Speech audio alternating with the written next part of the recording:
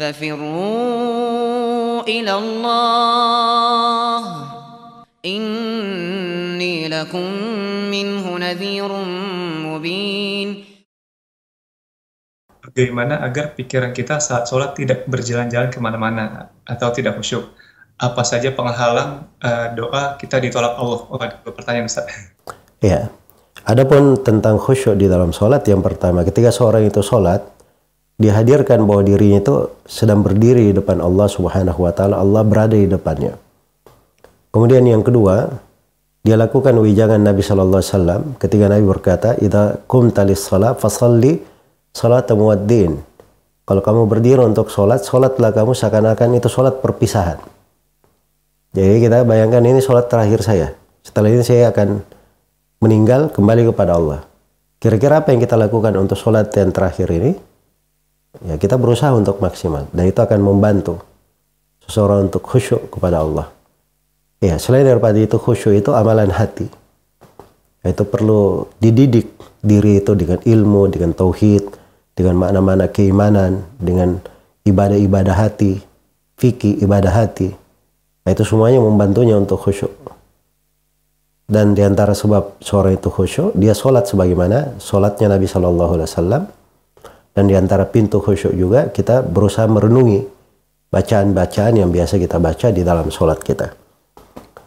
Adapun pertanyaan yang kedua, penghalang-penghalang doa itu banyak ya. Di antara penghalang doa itu yang paling pokoknya adalah kesyirikan kepada Allah. Iya, itu kadang menyebabkan seorang ditolak dari doanya.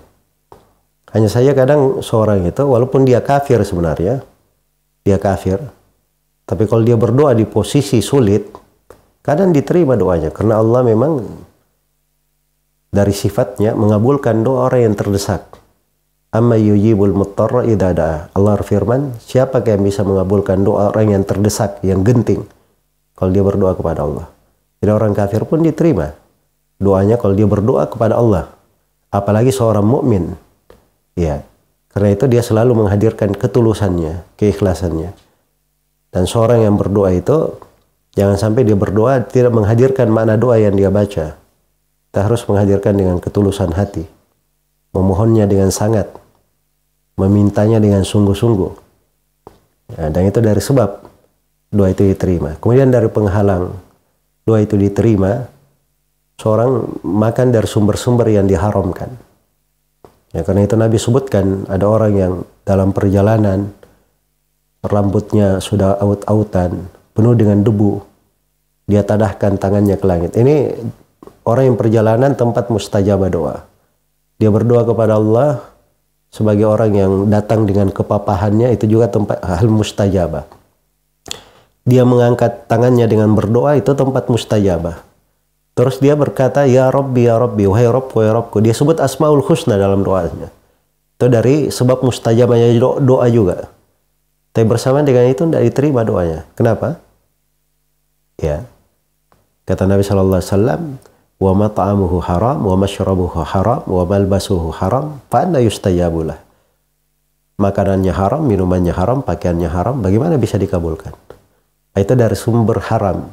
Kadang dia punya banyak sebab pengabulan doa yang lain, tapi karena ada penghalang dari keharaman yang melekat di dirinya, akhirnya doanya menjadi tidak diterima. Semoga Allah Subhanahu wa Ta'ala memberi taufik pada semuanya.